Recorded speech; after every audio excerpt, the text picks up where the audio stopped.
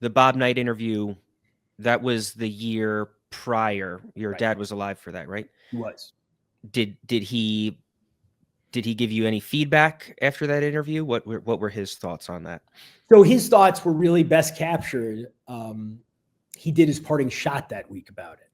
I think the interview was a Monday night. Maybe it was a Tuesday night, a Monday or a Tuesday night. And then his parting shot that week really told the story. He was very proud. He was pissed off at Bob. That was, one of those weeks that you don't get many weeks like in your career, right? Where it's like everybody's talking about what you're doing, the work that you're doing, the job that you've done. I mean, it's literally, the banner headline on the back page of the New York Post was Schaap aces night test. Okay. So, you'll get a lot of moments like that, and I was 31. I just turned 31. And so you think, oh, this is what it's going to be like all the time, right? It's going to be like this forever. Then it takes a few years to realize there aren't a lot of moments like that. But in terms of my father, and that he really summed it up, and he told a nice story about some guy stopping him on the street and talking about it. And it sounds self-serving, but what he said in the parting shot was, he said, this guy stopping on the street, he says, "Hey, Knight's wrong about your kid. He's already better than you." That was like his favorite part of it. And he really reveled in that whole moment because it was just exciting stuff. It was a big deal. It was the one guy everybody wanted to talk to, and you got him in the chair, and it was live. You never do that. And it, turned out to be kind of confrontational. And what my dad said was, I couldn't have done that interview. That's not the way I could do it. And part of what I think was special about it was that I was so young, that I wasn't, but somebody who had a ton of experience. And then, you would have played it differently. I might have been more defensive. It was confrontational without, I think I was never defensive. Yeah. And that's different. I remember, talking to Bob Costas about it shortly thereafter. He was down, I keep coming back to the Olympics, strangely, but he was down in Australia for the Sydney Olympics at that point. And I talked to him on the phone and maybe email, whatever it was. He said, "You know what? You should have told him when he said, you've got a long way to go to be as good as your dad. You should have said, well, you've got a long way to go to be as good as Dean Smith." And I was thinking to myself, that's the perfect thing for Bob Costas to say. Yeah. At that point in his career, right? As the guy. Well established. Yeah. For me, that would have been exactly the wrong thing to say. Right? Just say, "Thank you, Bob. Let's move on." Because I was just a kid, right? Yeah. Even if you make it personal, I didn't want the focus to be on me. What was your internal reaction during that interview when Bob Knight says that you got a long way to go before you're as good as your dad? Well, it's hard to remember like exactly in the moment, but you got to remember it was just a very unusual situation, right? To be doing this live again, those things don't happen. Where like, all those big interviews, they're on tape and people have time to edit it and do this and do that and whatever it might be in the world of sports or elsewhere. This is like, we're on the clock, right? And he's filibustering, and one of my closest friends is longtime ESPN producer Willie Weinbaum, and he'd said, he's going to say something about your dad to throw you off when during this interview. He'd said, and Willie, it said that's going to be part of it, and it was, I'll always remember because it was Willie's 40th birthday. It was September 12th, 2000, and I don't know if that was in the back of my mind the whole time, but really, my strategy was like, okay, Bob Knight's insulted me, get in line, and he'd done it before. I've talked about this before. I'd interviewed him in a one-on-one setting, I think only once before, and it had been at New York One.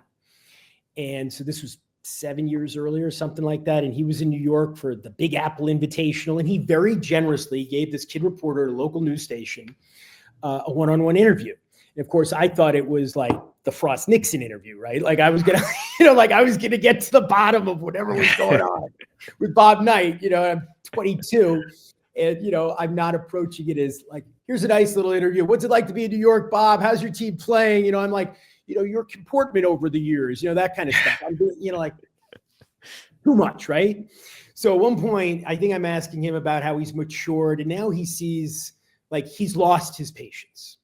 And he says to me, I think the exact words were, "You were doing very well up until now, in over your head." And starts taking the mic out from under the red sweater. I remember exactly where I was. I was on the mezzanine of the Marriott Marquis Hotel in Times Square. And I'm like, that's pretty good. I mean, because, it's supremely condescending, but he was also kind of right.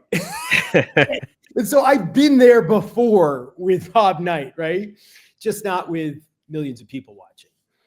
Were you surprised that he was willing to do that interview? Because it was like less than a week after he was fired. It was like 3 days. And I had been there earlier in the week. I had gone there. This is great. So I'm up in Wisconsin covering, I'm in Madison covering a Wisconsin football story. And really the way it all happened is I just happened to be the person closest to Bloomington. And so I get a phone call from Chuck Salaturo, who was running the news division of ESPN at that time. And it's irrelevant, but he'd been the sports editor of the Milwaukee Journal. And he says, all right, we've mapped it all out. You're the closest person to Bloomington. This is on Friday after it looks like they're going to fire him.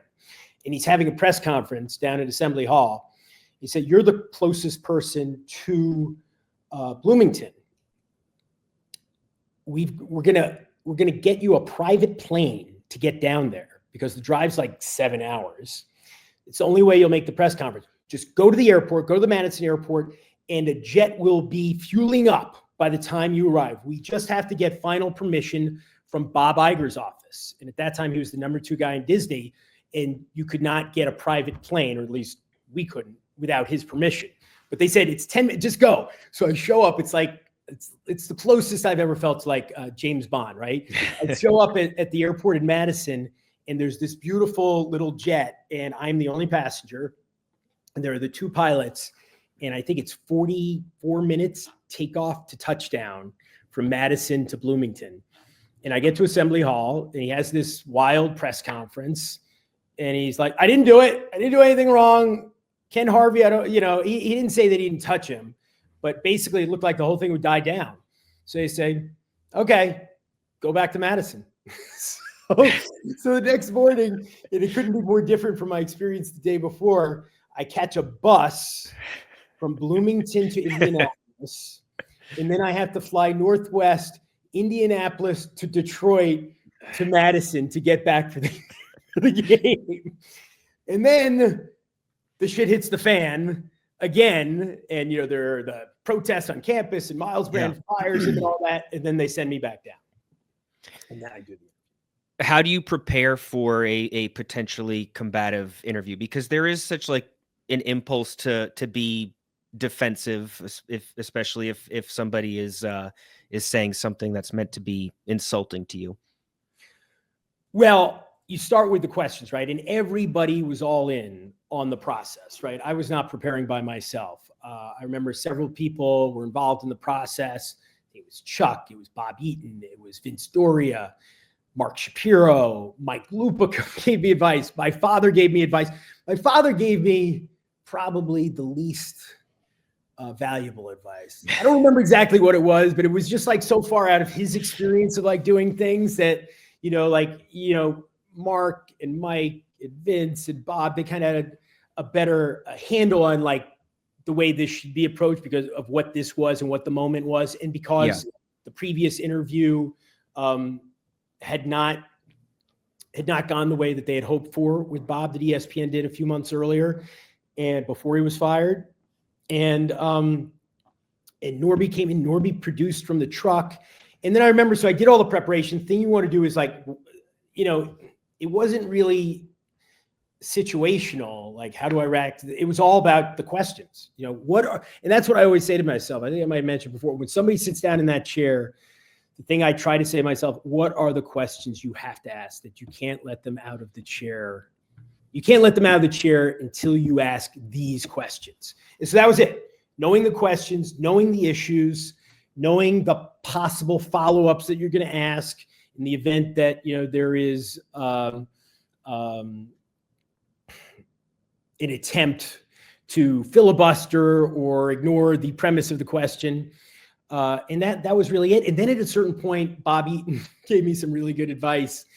He said, you know what, you've prepared, you're really well prepared. Stop preparing. Just go relax. Go take a shower. Go take a nap. We're doing this at like 7 p.m.